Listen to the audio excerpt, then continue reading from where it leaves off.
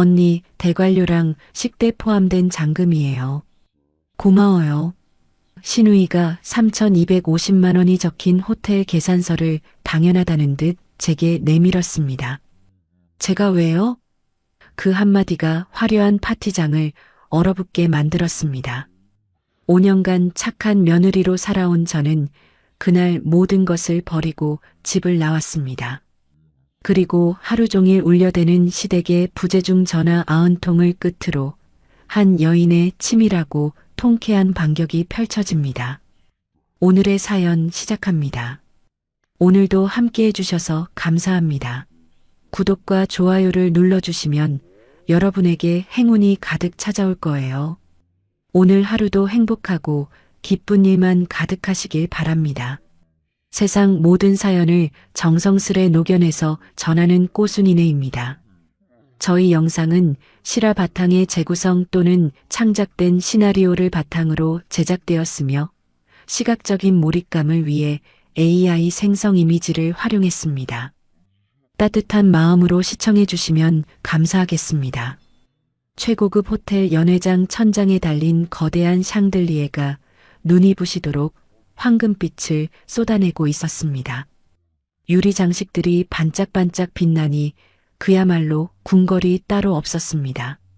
테이블마다 값비싼 샴페인이 가득했고 입이 떡 벌어지는 고급 요리들이 줄줄이 나오고 있었습니다. 신우이 박지은의 카페 개업 축하 파티는 돈 냄새가 풀풀 풍길 정도로 화려했습니다. 박지은은 진주가 주렁주렁 달린 검은색 드레스를 입고 상석 한가운데에 앉아 여왕마마처럼 웃고 있었습니다. 그 옆에는 시어머니 최영자가 고운 한복을 차려입고 부채를 살랑살랑 흔들며 귀부인 흉내를 내고 있었습니다. 주인공 민서는 정장에 앞치마를 두른 채 직원처럼 이리저리 뛰어다니고 있었습니다. 손님들 빈 접시 치우랴, 물 따라주랴, 땀이 뻘뻘 나는데도 아무도 민서를 거들떠보지 않았습니다. 어머, 지은아. 파티가 정말 으리으리하다. 친구 한 명이 부러운 듯 말했습니다. 박지은이 콧대를 세우며 우아하게 고개를 끄덕였습니다. 호호호, 고마워요. 우리 능력 좋은 올케 언니가 싹 다 준비해줬거든요. 파티가 무르익을 때쯤 호텔 지배인이 검은색 가죽 결제판을 들고 테이블로 다가왔습니다. 지배인의 표정은 공손했지만 눈빛은 단호했습니다. 행사 총 비용 정산서입니다. 결제 부탁드립니다. 지배인이 결제판을 내밀었습니다. 박지은은 거들떠보지도 않고 냉큼 받아들더니 옆에서 물을 따르던 민서에게 휙 내밀었습니다. 언니, 이거 대관료랑 밥값 포함된 잔금이야. 알지? 언니가 시원하게 긁어줘. 고마워. 박지은이 얄밉게 콧소리를 섞어가며 말했습니다. 민서는 너무 황당해서 손이 굳어버렸습니다. 들고 있던 물병이 달달 떨렸습니다. 뭐라고요? 그러자 맞은편에서 부채질하던 시어머니 최영자가 눈을 흘기며 끼어들었습니다. 얘, 너 굼뜨게 왜 그러니? 가족끼리 돕고 사는 거지. 너 돈 잘 벌잖아. 신우이 기 좀 살게 네가 시원하게 한번 긁어라. 민서는 떨리는 손으로 결제판을 집어들었습니다. 계산서 맨 아래 찍힌 숫자를 보는 순간 민서의 얼굴이 종이장처럼 하얗게 질려버렸습니다. 3,250만 원. 그냥 밥값이 아니었습니다. 호텔 빌린 값에, 꽃값에, 손님들 선물 비용까지 몽땅 청구된 것이었습니다. 주변 사람들은 아무것도 모르고 박수를 치며 떠들어댔습니다. 야, 올케가 능력 있네. 지은이는 좋겠다. 언니가 물주라서. 그 순간 민서의 머릿속에 지난 5년 세월이 영화처럼 스쳐 지나갔습니다. 시댁 빚 갚느라 유학도 포기하고 가방 하나 못 사서 낡은 것을 들고 다니던 자신의 모습, 그리고 옆에서 모른 척 딴 척만 피우던 남편 박상우의 얼굴까지. 민서는 숨을 크게 들이마셨습니다. 속에서 뜨거운 것이 울컥 치솟더니 정신이 번쩍 들었습니다. 민서는 결제판을 드는 척하다가 보란듯이 테이블 위에 탁 하고 내던졌습니다. 가죽 결제판 부딪히는 소리가 어찌나 큰지 연회장이 쩌렁쩌렁 울렸습니다. 순식간에 찬물을 끼얹은 듯 조용해졌습니다. 하하호 웃던 사람들도 숟가락질하던 사람들도 모두 얼음이 되었습니다. 민서가 서슬 퍼런 눈으로 신우이를 노려보았습니다. 싱글벙글하던 박지은의 얼굴이 일그러지기 시작했습니다. 제가 왜요? 민서의 목소리가 연회장에 쩌렁쩌렁 울려 퍼졌습니다. 돈은 아가씨가 썼는데 비용은 왜 제가 냅니까? 제가 아가씨 물주예요? 생전 대드는 법 없던 며느리의 반응에 시어머니 최영자는 얼굴이 불그락푸르락해서 벌떡 일어났습니다. 아니, 얘가 미쳤나? 너 지금 사람들 앞에서 눈 동그랗게 뜨고 뭐 하는 짓이야? 최영자가 삿대질하며 고래고래 소리를 질렀습니다. 민서는 대꾸할 가치도 없다는 듯 두르고 있던 앞치마를 벗어 의자에 획 던져버렸습니다. 그리고는 핸드백 하나만 딱 챙겨서 뒤도 안 돌아보고 뚜벅뚜벅 걸어 나갔습니다. 여보, 민서야, 어디가? 구석에서 술 마시던 남편 박상우가 그제야 상황 파악하고 허둥지둥 뛰어오려 했습니다. 하지만 호텔 직원들이 때로 몰려와 박상우 앞을 가로막았습니다. 손님, 결제부터 하셔야죠. 못 나가십니다. 시어머니 최영자는 안 되겠다 싶었는지 급히 할리우드 액션을 시작했습니다. 아이고, 뒷목이야. 나 죽는다. 며느리가 시어미 잡네. 최영자는 가슴을 팡팡 치며 의자에 털썩 주저앉았습니다. 박상우는 엄마 챙기랴, 아내 쫓아가랴 정신이 하나도 없었습니다. 엄마, 정신 차려요. 그 사이 민서는 호텔 회전문을 밀고 나가 대기 중이던 택시를 잡아탔습니다. 유리문 너머로 발만 동동 구르는 남편 꼴이 보였습니다. 기사님, 강남역으로 가주세요. 빨리요. 민서가 택시에 오르며 차갑게 말했습니다. 택시가 출발하자 민서는 휴대폰을 꺼냈습니다. 시댁 식구들 번호를 싹 다 차단해 버리려다가 손을 멈췄습니다. 아니지, 증거를 모아야 해. 녹음이고 뭐고 다 남겨놔야지. 민서는 차단 대신 알림 소리만 꺼두었습니다. 이제부터는 전쟁이었습니다. 어두컴컴한 신혼집에 도착한 민서는 불도 안 켜고 안방으로 직행했습니다. 드레스룸을 활짝 열고 큰 여행용 가방을 꺼냈습니다. 옷 몇 벌이랑 노트북을 챙긴 후 민서는 서랍 깊숙한 곳에 숨겨둔 비밀 금고를 열었습니다. 자기 이름으로 된 예금 통장이랑 인감도장이 그 자리에 있었습니다. 민서가 인감도장을 집어드는데 뭔가 느낌이 쎄했습니다. 도장 놓인 방향이 자기가 두었던 거랑 묘하게 달랐던 겁니다. 어라? 이상하네. 누가 건드렸나? 하지만 당장 급하니까 민서는 도장을 가방에 쑤셔 넣었습니다. 거실 테이블 한가운데에 미리 뽑아둔 이혼 소송 서류 봉투를 떡하니 올려놓았습니다. 그리고 끼고 있던 결혼 반지도 빼서 봉투 위에 툭 던져놓았습니다. 민서가 현관문을 박차고 나가는 순간 지하 주차장에서 차 소리가 들렸습니다. 백미러를 보니 뒤늦게 쫓아온 남편 차가 아파트 입구로 들어오고 있었습니다. 민서는 엑셀을 꽉 밟으며 아파트를 빠져나갔습니다.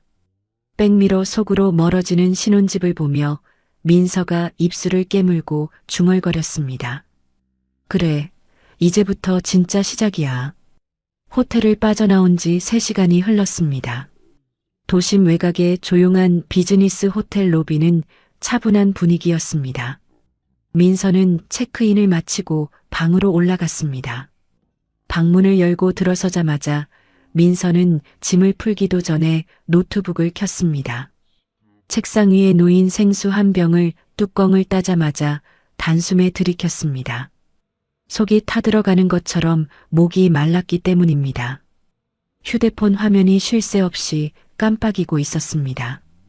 부재중 전화가 무려 90통, 문자 메시지 50개, 메신저 알림 120개가 쌓여 있었습니다. 민서가 떨리는 손으로 음성 메시지를 재생했습니다.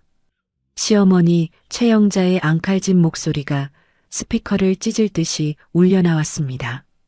야, 너 어디서 배워먹은 버르장머리야. 시어미 얼굴에 먹칠을 해도 유분수지. 너 내일 당장 와서 무릎 꿇고 빌어. 안 와? 안 오면 내가 사돈댁에 전화해서 딸 교육 어떻게 시켰냐고 다 뒤집어 엎을 줄 알아. 이어서 신우이 박지은의 메시지가 재생됐습니다. 목소리에 도끼가 가득했습니다. 언니, 진짜 미쳤어? 언니 때문에 결국 우리 오빠가 대출받아서 계산했잖아. 그 이자 어떻게 할 거야? 언니가 다 물어내. 내 개업식 망친 값까지 싹 다 내놓으라고. 마지막으로 남편 박상우의 목소리였습니다. 죽어가는 신용을 하며 불쌍한 척하는 목소리였습니다. 여보, 민서야. 엄마 지금 너 때문에 충격받아서 병원에 실려가셨어. 너 진짜 이럴 거야? 사람 죽는 꼴 보고 싶어? 일단 들어와. 들어와서 얘기해. 민서가 어이가 없다는 듯 고개를 저었습니다. 참나, 또 거짓말하네. 입만 열면 거짓말이야. 그때 박상우가 대출을 받았다는 점이 민서의 귀에 꽂혔습니다. 민서는 뭔가 짚히는 게 있어 즉시 주거래 은행 앱을 켰습니다. 화면에 나타난 잔고를 확인하던 민서의 입이 떡 벌어졌습니다. 얼굴은 백지장처럼 하얗게 질렸습니다. 마이너스 통장 한도가 민서도 모르는 사이에 억대로 늘어나 있었습니다. 게다가 이미 다 써서 한도 초과 직전 상태였습니다. 아니, 이게 다 뭐야? 세상에. 민서가 손을 떨며 상세 이체 내역을 조회했습니다. 화면에 붉은 글씨로 표시된 거액 이체 내역들이 줄줄이 나타났습니다. 박지은이라는 이름으로 수십 번이나 돈이 빠져나갔고 이름도 무시무시한 오호캐피탈, XX저축은행으로 돈이 숭숭 새어나가고 있었습니다. 박지은, 내 돈을 자기 지갑처럼 썼구나. 아주 거머리들이 따로 없어. 민서가 가방에서 인감도장을 꺼내 들었습니다. 도장이 여기 멀쩡히 있는데 어떻게 대출을 받았지? 순간 민서의 등에 소름이 쫙 돋았습니다. 설마 이 인간이? 남편이 몰래 도장을 훔쳐서 대출 서류를 꾸민 뒤에 민서가 눈치채지 못하게 다시 금고에 감쪽같이 돌려놓았다는 사실을 깨달았습니다. 와, 진짜 도둑놈이랑 살았네. 내 도장을 훔쳐다가 빚잔치를 해? 민서는 집에 두고 온 남편의 태블릿 PC가 자신의 계정과 연결되어 있다는 사실을 기억해냈습니다. 곧바로 원격으로 접속했습니다. 동기화된 태블릿의 인터넷 방문 기록을 확인하자 민서의 눈에서 불꽃이 튀었습니다. 마누라 몰래 대출받는 법, 인감도장 훔쳐서 쓰면 처벌받나요? 해외 선물 옵션 대박. 검색어들이 아주 가관이었습니다. 사진첩을 열어보니 더 기가 막혔습니다. 박지은이 민서 돈으로 산 명품 가방을 들고 V비자를 그리며 찍은 사진들. 남편이 불법 도박 사이트에서 돈 땄다고 자랑하듯 찍어둔 화면들. 아, 진짜 기가 막혀서 이 인간들이 아주 작정을 하고 내 등골을 빼먹었구나. 조직폭력배도 아니고 가족끼리 사기를 쳐? 그 시각 본가 거실에서는 병원에 실려갔다던 시어머니가 멀쩡하게 소파에 앉아 사과를 아작아작 씹어먹고 있었습니다. 아작, 독한 년. 들어오기만 해봐라. 내가 머리카락을 다 뽑아놓을 테니까. 최영자가 사과 조각을 씹으며 이를 갈았습니다. 박지은이 옆에서 징징거렸습니다. 아, 오빠. 언니 안 들어오면 내 카드값은 어떡해? 이번 달 500만 원 넘게 썼단 말이야. 오빠가 갚아줄 거야? 박상우는 머리를 감싸 쥐고 친구들에게 전화를 돌리며 땀을 뻘뻘 흘리고 있었습니다. 철순이야? 아, 그게 와이프가 갑자기 회사 일로 장기 출장을 가서 연락이 안 되네. 그래, 나중에 술이나 한잔하자. 아우, 미치겠네, 진짜. 민서는 호텔 책상에 앉아 발견한 금융 기록들을 날짜별로 캡처하여 저장했습니다. 마우스를 클릭하는 소리가 조용한 방 안에 딸깍, 딸깍 규칙적으로 울렸습니다. 이건 단순히 이혼하고 끝낼 문제가 아니야. 내 인생을 아주 망치려고 작정을 했어. 자칫하면 자신이 평생 갚아도 못 갚을 빚더미에 앉을 수도 있다는 생각에 덜컥 겁이 났습니다. 손끝이 얼음장처럼 차갑게 식었습니다. 하지만 민서는 이를 악물었습니다. 다이어리를 꺼내 꾹꾹 눌렀으며 내일의 계획을 적기 시작했습니다. 오전 9시 마이너스 은행 가서 싹 다 정지시키기. 오전 11시 마이너스 변호사 만나기. 준비물 마이너스 신분증, 인감증명서, 도둑질한 내역서. 볼펜을 쥔 손에 핏줄이 설 정도로 힘이 들어갔습니다. 그래, 누가 이기나 해보자. 내일 아침부터 제대로 싸워줄게. 벼락 맞을 인간들. 민서는 노트북을 덮고 침대에 누웠습니다. 천장을 바라보며 지난 5년간의 결혼 생활을 떠올렸습니다. 네 하며 시댁의 종노릇을 했던 자신이 너무나 바보 같았습니다. 착한 며느리 소리 한번 듣겠다고 그 고생을 했던가 싶어 눈물이 핑 돌았습니다. 이제 착한 며느리는 없어. 그만이야. 민서는 눈을 질끈 감으며 내일 전쟁을 위해 마음을 독하게 먹었습니다. 창밖으로는 도시의 불빛이 반짝이고 있었지만 민서의 마음속은 이미 활활 타오르는 전쟁터였습니다. 휴대폰이 또다시 징징하고 울렸지만 민서는 거들떠보지도 않았습니다. 이제 그들의 협박과 거짓말 따위엔 눈 하나 깜짝하지 않을 작정이었습니다. 다음 날 아침 9시 은행 셔터가 드르륵 올라가자마자 민서는 1번 대기표를 뽑고 창구 앞에 앉았습니다. 은행 직원이 모니터를 한참 들여다보더니 아주 난처한 표정을 지었습니다. 아이고, 고객님. 이걸 어쩌나. 직원이 조심스럽게 입을 뗐습니다. 고객님 이름으로 제2금융권. 그러니까 이자가 비싼 대출업체 3군데에서 돈을 빌려갔네요. 민서의 가슴이 철렁 내려앉았습니다. 서류를 보니까 고객님 인감증명서랑 도장이 떡하니 찍혀 있어요. 이러면 본인이 빌린 게 됩니다. 민서가 가져온 도장과 서류에 찍힌 도장을 대조해 보니 토시 하나 안 틀리고 똑같았습니다.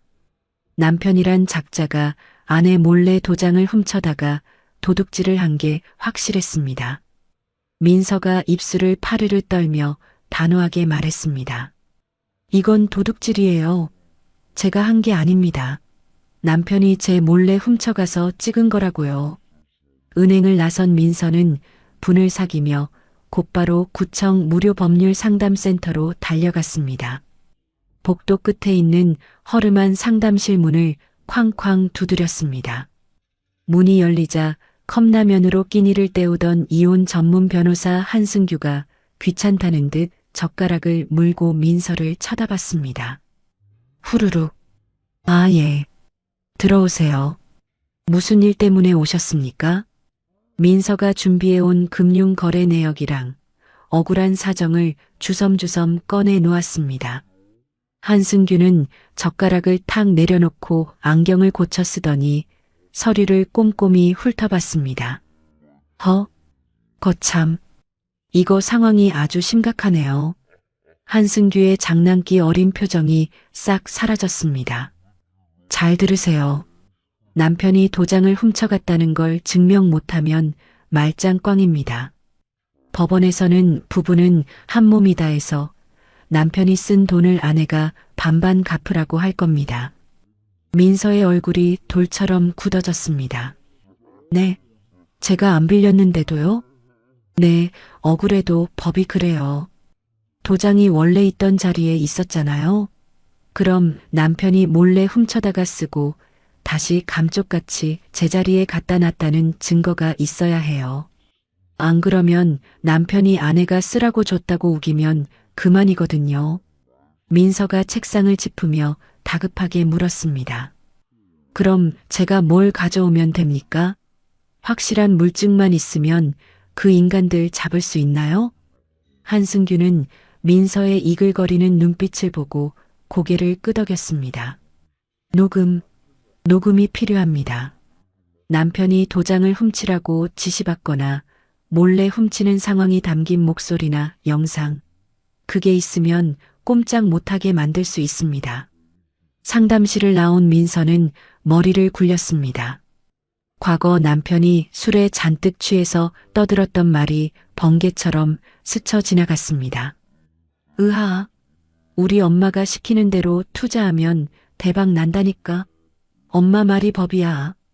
민서는 시댁에 갈 때마다 습관적으로 켜두었던 차량 블랙박스와 남편 핸드폰에 깔려있는 통화자동 녹음 기능이 생각났습니다. 그래, 그거야. 민서는 근처 카페 구석자리에 자리를 잡고 노트북에 외장하드를 연결했습니다. 수천 개나 되는 파일 속에서 엄마 지은이라는 이름으로 된 파일만 골라내기 시작했습니다. 한편 남편 박상우는 민서의 카드가 정지되자 발등에 불이 떨어져서 민서 회사로 전화를 걸어대고 있었습니다. 아, 예. 저 이민서 과장 남편인데요. 제 와이프가 연락이 안 돼서요. 혹시 사고라도 당한 거 아닌가 해서. 지금 어디 있는지 아십니까? 뻔뻔하게 거짓말을 늘어놓았습니다.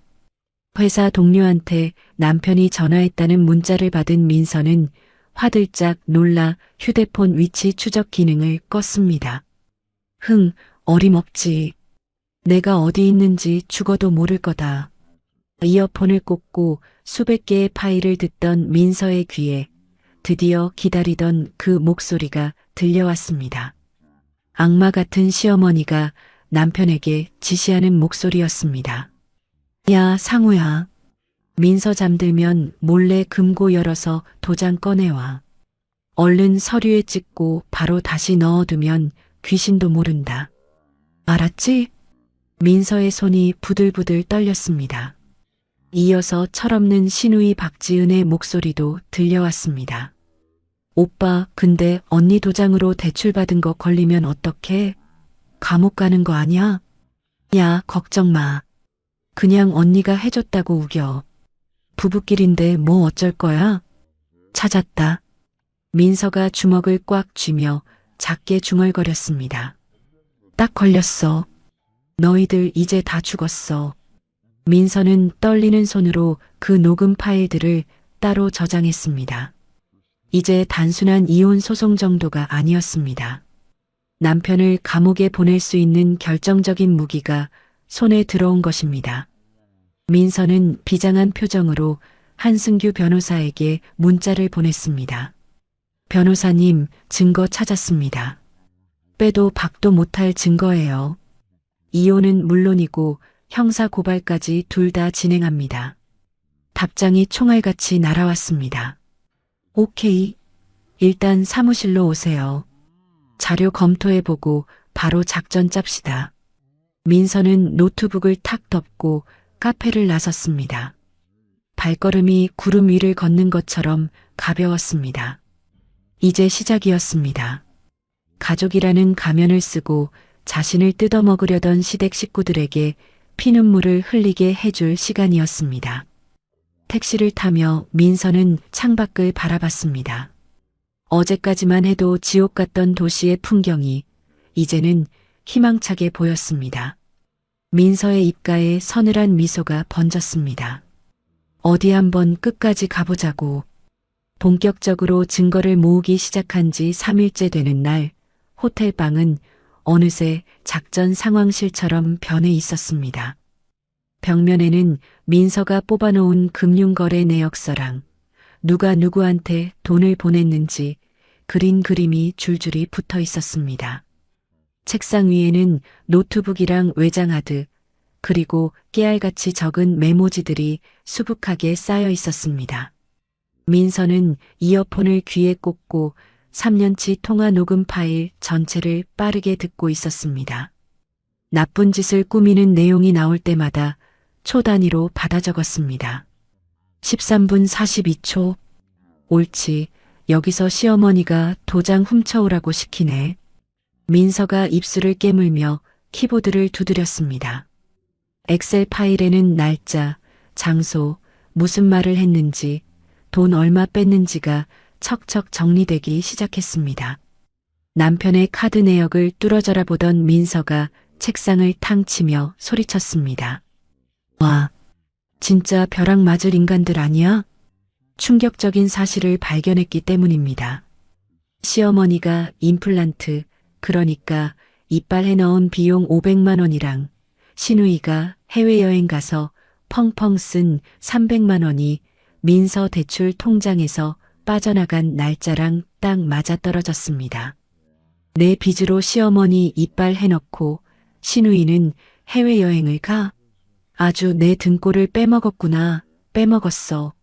민서는 남편이 가입한 해외 코인 거래소, 그러니까 인터넷 가짜 돈 거래하는 사이트에 접속했습니다. 태블릿에 비밀번호가 저장돼 있어서 바로 들어갈 수 있었습니다. 거래 내역을 확인하자 머리끝이 쭈뼛 서는 것 같았습니다. 대출받은 1억 원 중에 절반인 5천만 원이 자코인인지 뭔지 아는 도박 같은 투자로 흔적도 없이 사라져 있었습니다. 그리고 남은 5천만 원은 시누이 박지은 통장으로 쏙 들어가 있었습니다. 뭐, 카페 보증금? 웃기고 있네. 이거 다 사채 빚 갚는 데 썼잖아. 민서가 기가 막혀서 허탈한 웃음을 터뜨렸습니다. 돈이 어디로 흘러갔는지 완벽하게 표로 만든 민서는 한승규 변호사에게 연락했습니다. 완성된 파일이랑 증거 자료를 몽땅 묶어서 메일로 보냈습니다. 잠시 후 한승규 변호사한테서 전화가 걸려왔습니다. 목소리가 아주 신이 나 있었습니다. 와, 민서 씨, 정말 대단하십니다. 이건 뭐 형사 반장님이 수사한 것보다 더 완벽한데요? 변호사님, 그럼 이제 이 인간들 꼼짝 못하는 거죠? 그럼요. 이혼 소송은 물론이고 사문서 위조죄로 감옥 보낼 수 있습니다. 아주 작사를 낼 수 있어요. 그럼 뭐부터 하면 될까요? 일단 채무부존재 확인 소송부터 합시다. 그 빚은 민서 씨 빚이 아니라고 법원 도장 꽝 받는 게 제일 급하니까요. 민서는 변호사의 말대로 마지막 증거를 찾기 위해 신혼집을 덮칠 계획을 세웠습니다. 남편이 숨겨둔 대포폰 비밀 휴대폰이랑 시어머니가 써준 각서를 찾아야 했습니다. 이삿짐 센터에 전화를 걸었습니다. 사장님, 최대한 조용하고 빠르게 짐 좀 빼주세요. 웃돈 두둑하게 챙겨드릴게요. 번개처럼 해주셔야 해요. 남편이 회사 점심시간이라 집을 비운 사이 민서는 떨리는 손으로 도어락 비밀번호를 눌렀습니다. 띠띠띠띠 마이너스 띠리릭. 다행히 번호는 그대로였습니다. 집에 들어선 민서는 안방 서랍을 미친 듯이 뒤져서 남편이 양말 속에 숨겨둔 대포폰을 찾아냈습니다. 그리고 시어머니가 예전에 써준 며느리 돈 쓴 거 나중에 꼭 갚으마라고 적힌 종이 쪼가리도 발견했습니다. 갚긴 뭘 갚아? 이 휴지 조각 법정에서 증거로 써주마. 이삿짐 센터 직원들이 민서의 옷이랑 가구들을 번개같이 트럭에 실어 날랐습니다. 민서는 집 안 곳곳에 남아있는 자기 사진이랑 물건들을 싹 다 챙겼습니다. 그때 아파트 경비실 인터폰이 따르릉 하고 요란하게 울렸습니다. 아, 예. 박상호 시댁이죠? 지금 시어머니 되시는 분이 오셨는데요. 문을 안 열어준다고. 민서는 눈 하나 깜짝 안 하고 인터폰을 뚝 끊어버렸습니다. 이삿짐 센터 직원들에게 다급하게 손짓했습니다. 빨리요. 지금 당장 나가야 해요. 마주치면 안 됩니다. 엘리베이터가 옥마이너스하고 올라오는 소리가 들렸습니다. 민서는 비상구 문을 확 열고 짐을 든 직원들과 함께 숨을 죽이며 계단을 내려갔습니다. 바로 위층에서 시어머니가 현관문을 쾅쾅 두드리는 소리가 들렸습니다. 야, 문 열어. 안에 있는 거 다 안다. 어디서 도둑고양이처럼 몰래 들어와. 문 안 열어. 시어머니의 고함 소리가 복도를 쩌렁쩌렁 울렸습니다. 민서는 쿵쾅거리는 가슴을 부여잡고 무사히 지하 주차장으로 빠져나왔습니다. 트럭을 먼저 보내고 자신의 차에 올라타서야 안도의 한숨을 휴마이너스하고 내쉬었습니다. 지금쯤 텅 빈 거실 한가운데에는 민서가 남기고 온 두툼한 이혼 소장이랑 경찰서 고발장만 덩그러니 놓여 있을 겁니다. 민서는 핸들을 잡고 백미러를 통해 멀어지는 아파트를 마지막으로 바라봤습니다. 이제 정말 지긋지긋한 10월 드랑은 끝이었습니다. 어디 한번 놀라 자빠져봐라. 이제 법정에서 보자고. 민서의 입꼬리가 차갑게 올라갔습니다. 소장을 받아보고 뒤집어질 시댁 식구들 꼴을 생각하니 10년 묵은 체증이 싹 내려가는 것 같았습니다. 소장이 날아간 다음 날 저녁 퇴근하고 집에 온 박상우는 도어락이 안 열리자 식은 땀을 뻘뻘 흘리며 비밀번호를 누르고 또 눌렀습니다. 손가락이 덜덜 떨려서 번호가 자꾸 빗나갔습니다. 띠띠띠, 삑, 띠띠띠, 삑. 아씨, 왜 안 열려? 열려라 좀. 결국 열쇠 수리공을 불러 문을 억지로 땄습니다. 문을 열고 들어가니 집구석이 아주 휑했습니다. 도둑이 싹쓸이에 간 것처럼 가구 하나 없이 텅 비어 있었습니다. 거실 한가운데 덩그러니 놓인 테이블 위에 법원에서 온 두툼한 등기 우편물만 박상우를 기다리고 있었습니다. 박상우가 덜덜 떨리는 손으로 봉투를 북북 찢었습니다. 가정법원에서 온 이혼 소장이랑 경찰서에서 온 출석 요구서가 쌍으로 들어 있었습니다. 이게 뭐야? 소장을 읽어보니 기가 막혔습니다. 자기가 몰래 도장 훔치고 돈 빼돌린 게 분 단위로 아주 꼼꼼하게 적혀 있었습니다. 물어내야 할 돈은 위자료의 재산분할까지 합쳐서 억소리가 절로 나왔습니다. 박상우는 다리에 힘이 풀려 그 자리에 철퍼덕 주저앉고 말았습니다. 소식을 듣고 득달같이 달려온 시어머니와 시누이는 텅 빈 집을 보고 바닥을 치며 악을 썼습니다. 아이고, 이 앙큼한 불려우가 집안을 아주 홀라당 털어먹고 도망갔구나. 아이고, 내 돈, 내 돈. 최영자가 대성통곡을 했습니다. 옆에서 박지은도 질질 짜며 거들었습니다. 엄마, 돈이 문제가 아니야. 나까지 고소당했어. 나 감옥 가기 싫어. 엄마가 책임져. 박상우는 부랴부랴 변호사를 구해보려고 했지만 이미 민서가 손을 써놔서 통장이란 통장은 다 묶여버렸습니다. 잔고 부족, 잔고 부족. 변호사 수임료는커녕 당장 밥 사 먹을 돈도 인출이 안 됐습니다. 몇 달 뒤 드디어 이혼 재판 날이 밝았습니다. 민서는 머리부터 발끝까지 쫙 빼입고 화려한 정장 차림으로 법원에 나타났습니다. 얼굴에 광이 났습니다. 반면에 박상우는 노숙자가 따로 없었습니다. 며칠 동안 잠도 못 자고 씻지도 못해서 수염이 덥수룩하고 눈이 퀭했습니다. 조정실 밖에서 기다리던 시어머니가 민서를 보자마자 눈이 뒤집혀서 달려들었습니다. 야, 이 나쁜 년아, 네가 감히 우리 집안을 풍비박산네. 너 죽고 나 죽자. 하지만 법원 경비원들이 잽싸게 막아섰습니다. 할머니, 여기서 이러시면 안 됩니다. 나가세요. 이거 나, 이거 안 나. 아이고 억울해. 결국 시어머니는 질질 끌려나갔습니다. 조정실 안에서 남편 측 변호사가 뻔뻔하게 나왔습니다. 판사님, 남편이 대출받은 건 맞지만 그거 다 쌀 사고 반찬 사고 부부 생활비로 쓴 겁니다. 그러니 빚도 반반씩 나눠서 갚아야 합니다. 박상우도 옆에서 불쌍한 척 고개를 끄덕거렸습니다. 민서는 코웃음을 한번 치고는 말없이 노트북을 열었습니다. 준비해온 돈 빼돌린 내역서랑 도장 훔치라고 시킨 녹음 파일을 틀었습니다. 녹음 파일이 재생되자 찬물을 끼얹은 듯 조정실이 조용해졌습니다. 스피커에서 시어머니 목소리가 쩌렁쩌렁 울렸습니다. 야, 상우야. 민서 잘 때 몰래 훔쳐서 찍고 얼른 돌려놔. 귀신도 모를 거다.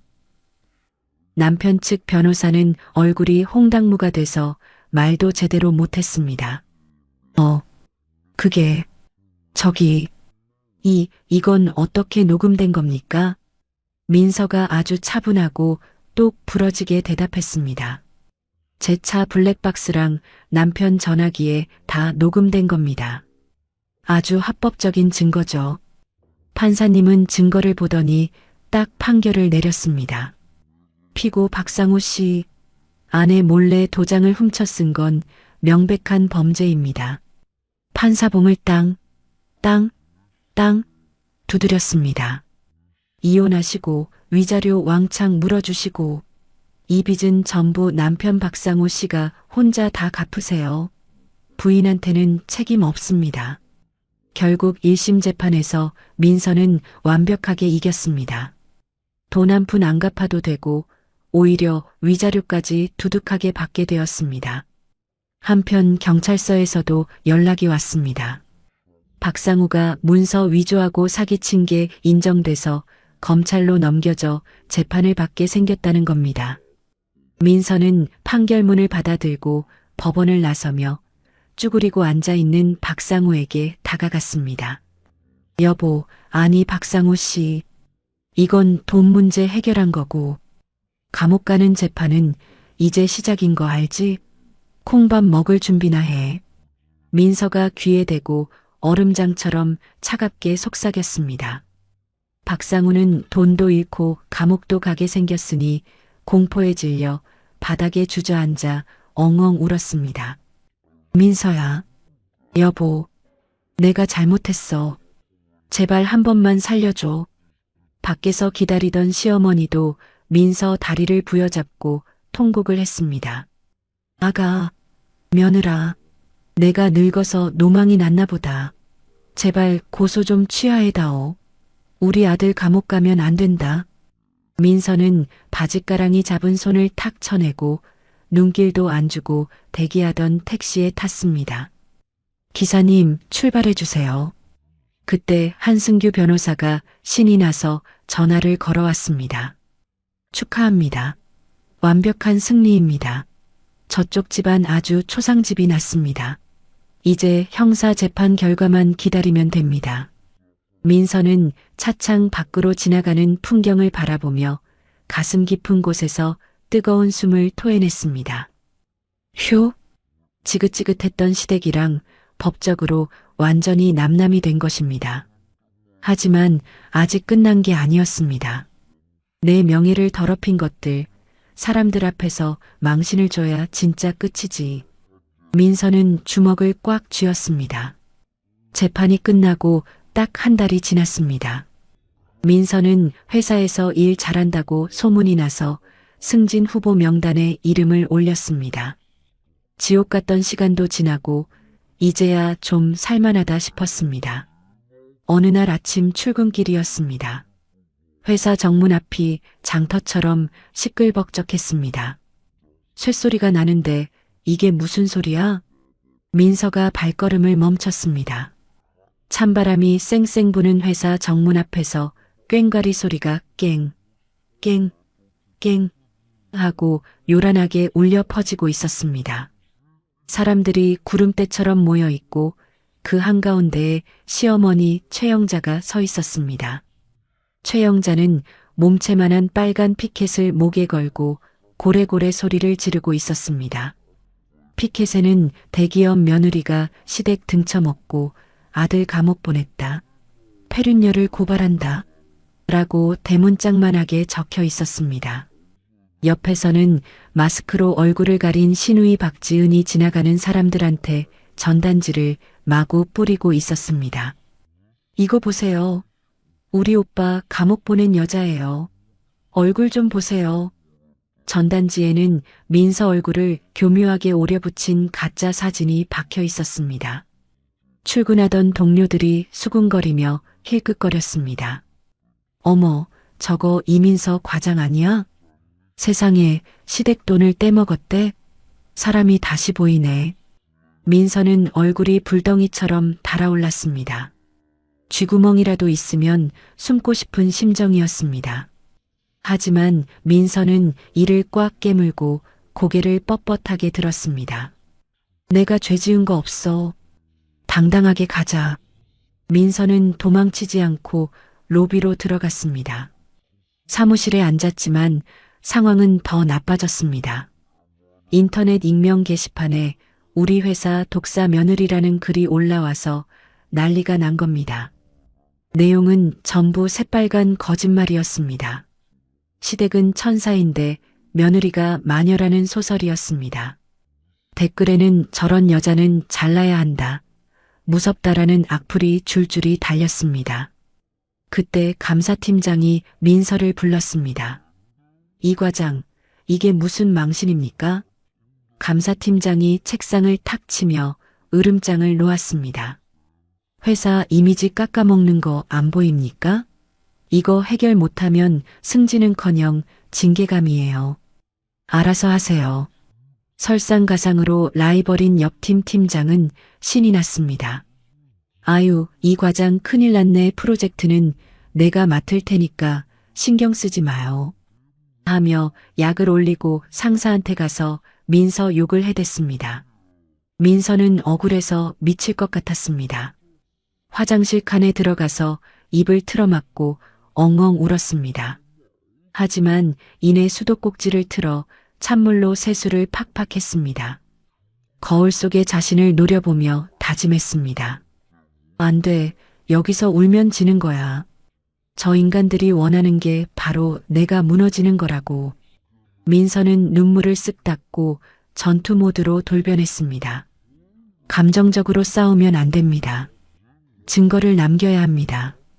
휴대폰을 꺼내서 가장 화질 좋은 동영상 촬영 모드를 켰습니다.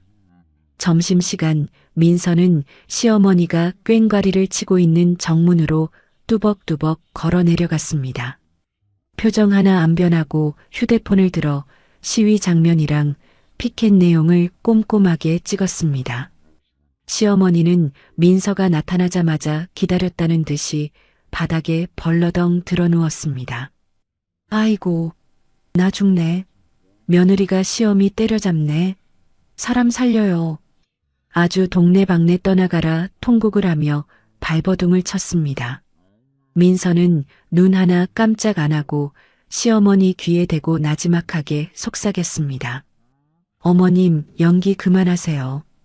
이거 명예훼손의 업무방해죄인 거 아시죠? 이번엔 합의 없습니다. 콩밥 드실 준비나 하세요. 그 말을 들은 시누이 박지은이 눈을 부라리며 달려들었습니다. 야, 우리 엄마한테 무슨 말 했어? 내놔.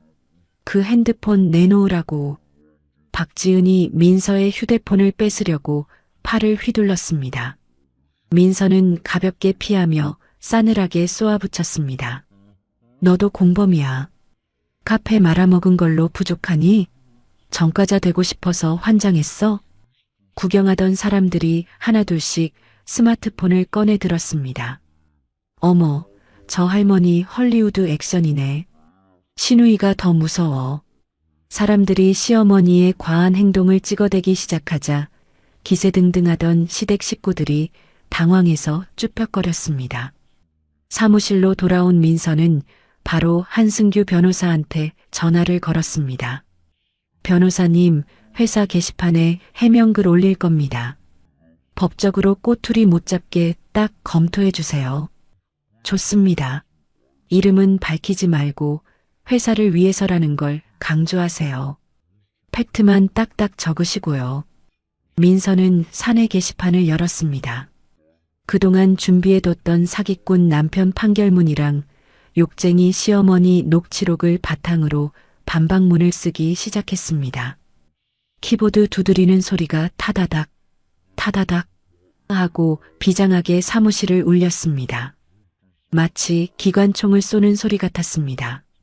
민서는 자신을 지키기 위한 마지막 전쟁을 시작했습니다. 누가 이기나 어디 한번 해보자. 다음 날 오전 10시 민서는 사내 게시판에 최근 회사 앞에서 벌어진 난동에 대해 해명합니다라는 제목의 글을 올렸습니다. 글에는 사람 이름을 A씨, B씨라고 가려놨지만 같이 올린 판결문이랑 녹음 파일만 봐도 누군지 뻔했습니다. 민서는 정중하지만 아주 단호하게 적어 내려갔습니다. 제 개인적인 일로 시끄럽게 해서 죄송합니다. 하지만 이건 명백한 범죄입니다. 회사를 난장판으로 만든 사람들에게 법적으로 아주 강력하게 대응하고 있습니다. 게시글은 올리자마자 산불처럼 회사 전체로 퍼져나갔습니다. 여론은 순식간에 뒤집혔습니다. 폐륜 며느리라며 손가락질하던 사람들이 이제는 민서를 불쌍하게 여기기 시작했습니다. 세상에, 시댁이 완전 깡패네, 깡패야. 이민서 과장이 보살이었네. 저런 사람들하고 어떻게 살았대? 비난은 쏙 들어가고 동정표가 쏟아졌습니다. 민서는 한승규 변호사와 함께 위풍당당하게 경찰서를 찾아갔습니다. 시어머니한테는 명예훼손의 업무방해죄, 시누이한테는 거짓말 퍼뜨린 죄를 물어 추가로 고소장을 접수했습니다. 회사 법무팀도 가만히 있지 않았습니다. 감히 우리 회사를 건드려? 접근 금지 신청하고 손해배상 청구합니다. 회사가 나서서 민서를 팍팍 밀어줬습니다. 경찰서에서 출석 요구서를 받은 시어머니는 얼굴이 사색이 되었습니다. 아이고, 경찰서라니. 나 감옥 가는 거 아니냐? 겁을 잔뜩 집어먹고는 하던 시위를 뚝 그치고 쥐새끼처럼 도망쳤습니다. 한편 남편 박상우는 형사재판 1심 선고를 받았습니다. 판사님이 엄하게 판결을 내렸습니다. 피고 박상우는 징역 1년 6개월에 집행유예 3년. 그런데 이게 끝이 아니었습니다. 집행유예 기간에 어머니랑 짜고 또 범죄 명예훼손을 저질렀으니 이제는 진짜 감옥에 들어가서 콩밥을 먹게 생긴 겁니다. 집안은 그야말로 쑥대밭이 되었습니다. 박상우가 재분을 못 이겨 어머니한테 고래고래 소리를 질렀습니다. 엄마, 이게 다 엄마 때문이야. 엄마가 시키는 대로 했다가 내 인생 다 망쳤어. 책임져. 옆에 있던 시누이 박지은도 오빠 머리채를 잡고 흔들었습니다. 이 오빠가 미쳤나? 나까지 전과자 만들 거야? 내 인생은 어떡할 건데? 콩가루 집안이 따로 없었습니다. 결국 시댁 식구들은 감옥에 안 가려고 합의금을 마련해야 했습니다. 민서한테 줄 위자료까지 갚으려니 살고 있던 전셋집 보증금까지 몽땅 빼야 했습니다. 길바닥에 나앉게 생긴 꼴이 되었습니다. 경찰 조사실에서 시어머니와 민서가 마주 앉았습니다. 시어머니는 민서 손을 덥석 잡으려 하며 비굴하게 빌기 시작했습니다. 눈물 콧물을 다 쏟았습니다.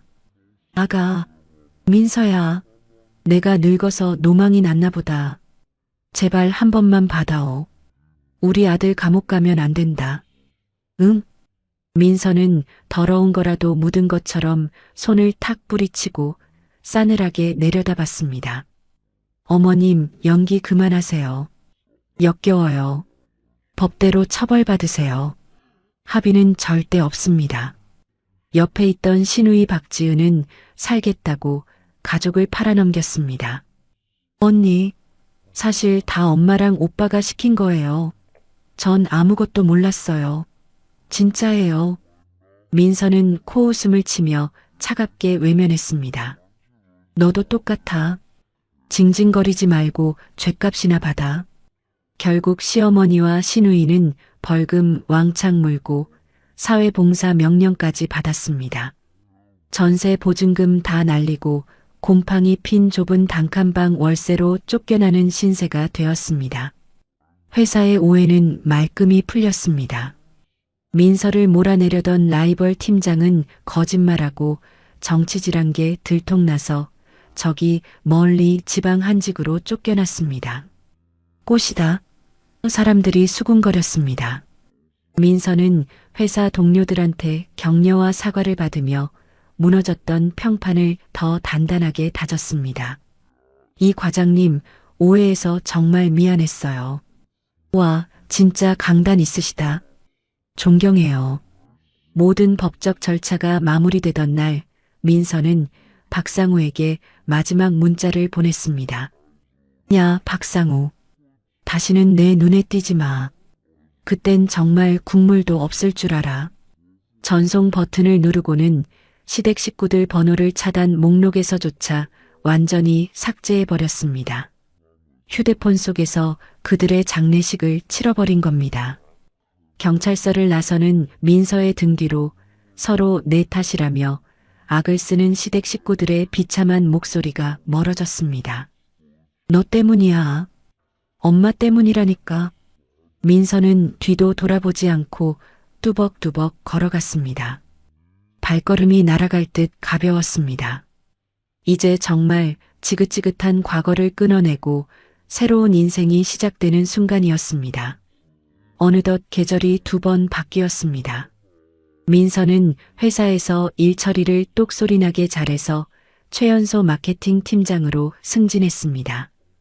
팀장 이민서라고 적힌 반짝이는 명패가 놓인 개인 사무실도 생겼습니다. 민서가 의자에 기대 앉아 명패를 쓰다듬으며 흐뭇하게 웃었습니다. 이 팀장, 소리 한번 듣기 좋네. 한강이 훤히 내려다 보이는 고급 오피스텔로 이사도 했습니다. 민서는 자기 마음에 쏙 드는 가구들로 채운 거실에서 와인 한 잔을 들고 창밖을 내다봤습니다. 도시의 불빛들이 반짝반짝 빛나니 마음이 그렇게 평화로울 수가 없었습니다. 캬, 좋다.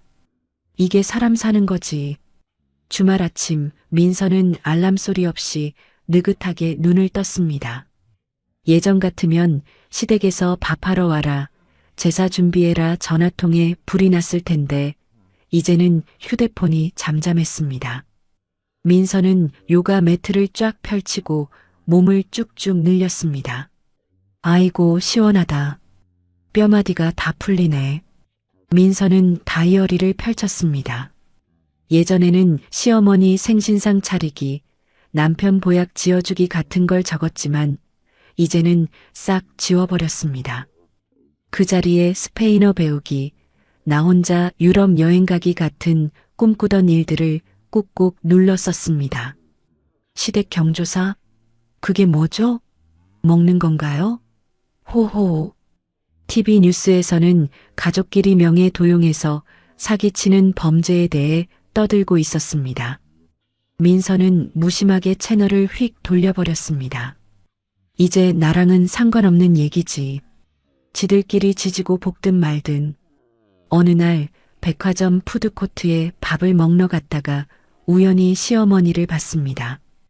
옛날에 그 기세등등하던 모습은 온데간데 없고 쭈글쭈글하고 초라한 모습으로 남들이 먹고 남긴 식판을 치우고 있었습니다. 시어머니가 민서를 알아보고 흠칫 놀랐지만 민서는 모르는 사람 보듯이 고개를 획 돌리고 쌩하니 지나쳐버렸습니다. 어머, 누구세요? 전 모르는 사람인데요. 친구들과의 모임에 나간 민서는 얼굴이 환하게 폈습니다. 이혼하고 나서 오히려 더 젊어지고 세련되어졌습니다. 남편 뒷바라지에 지친 친구들이 부러워 죽겠다는 눈으로 쳐다봤습니다. 민서가 와인잔을 흔들며 여유롭게 한마디 했습니다. 얘들아, 살아보니까 혼자가 최고야. 내 돈 내가 쓰고, 내 시간 내가 쓰고, 눈치 볼 사람이 없잖아. 서점에 들른 민서는 입꼬리가 귀에 걸렸습니다.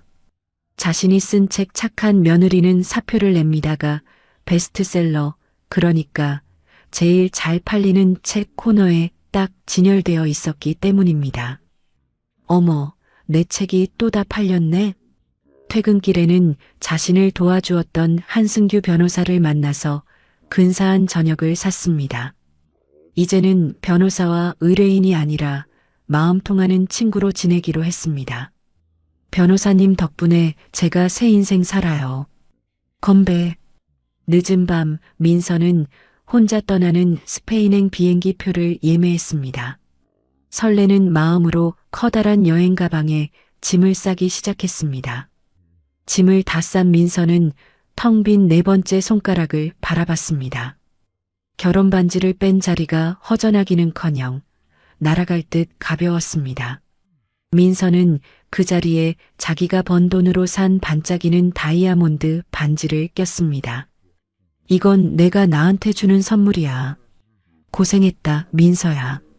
다음 날 인천공항 민서는 멋진 선글라스를 끼고 여권을 쥔 손을 번쩍 들어 올리며 활짝 웃었습니다. 출국 심사대를 통과하는 발걸음이 춤추는 것처럼 가볍고 경쾌했습니다.